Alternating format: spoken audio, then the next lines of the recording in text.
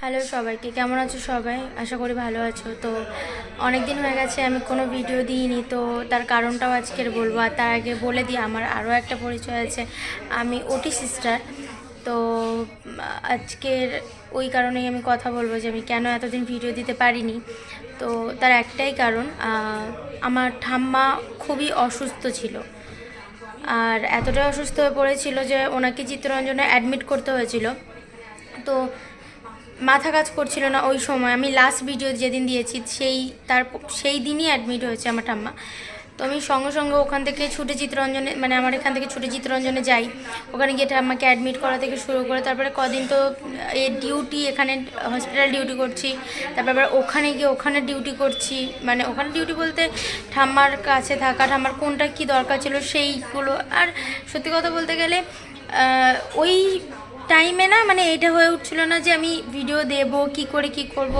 মানে সত্যি বলছি, একটা খুব বাজে পরিস্থিতির মধ্যে থেকে গেছি।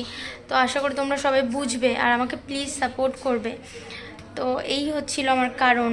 আর দুটো দিক সামলে উঠে তারপরে রুমে এসে আবার একটু রেস্ট নিয়ে আবার সকালবেলা 8টা থেকে ডিউটি, মানে সবটা মিলে সত্যি বলছি আমি পারিনি ভিডিওটা দিতে আর কি। তো প্লিজ একটু তোমরা আশা করি বুঝবে।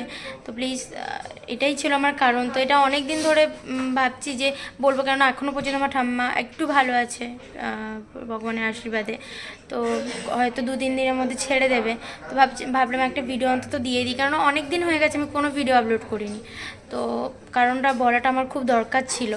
তো আবারও বলছি, প্লিজ আমাকে সাপোর্ট করো যাতে আমি এগিয়ে যেতে পারি। আর সবাই প্লিজ একটু ভগবানের কাছে প্রে করো যাতে আমার ঠাম্মা খুব তাড়াতাড়ি সেরে যায়। তো আমি খুব তাড়াতাড়ি ভিডিও নিয়েই আসবো, ঠিক আছে? তো প্লিজ এখন টাটা, আবার পরে দেখা হচ্ছে। ভালো থাকবে সবাই।